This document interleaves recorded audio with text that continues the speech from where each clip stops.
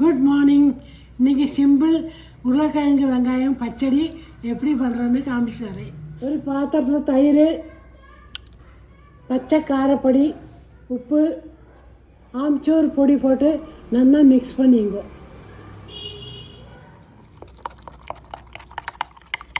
இதில் வேக வச்ச உருளைக்கிழங்கு, மெலிசாக நறுக்கின வெங்காயம், பொடி பொடியாக நறுக்கின கொத்தமல்லியை போட்டு மிக்ஸ் பண்ணுங்க.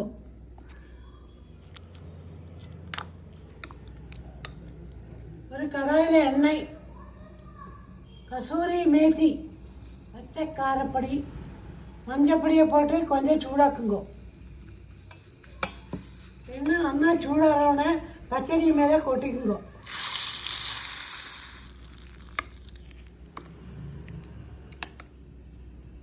சிம்பிள் அண்ட் டேஸ்டி உருளைக்கிழங்கு வெங்காயம் பச்சடி ரெடி.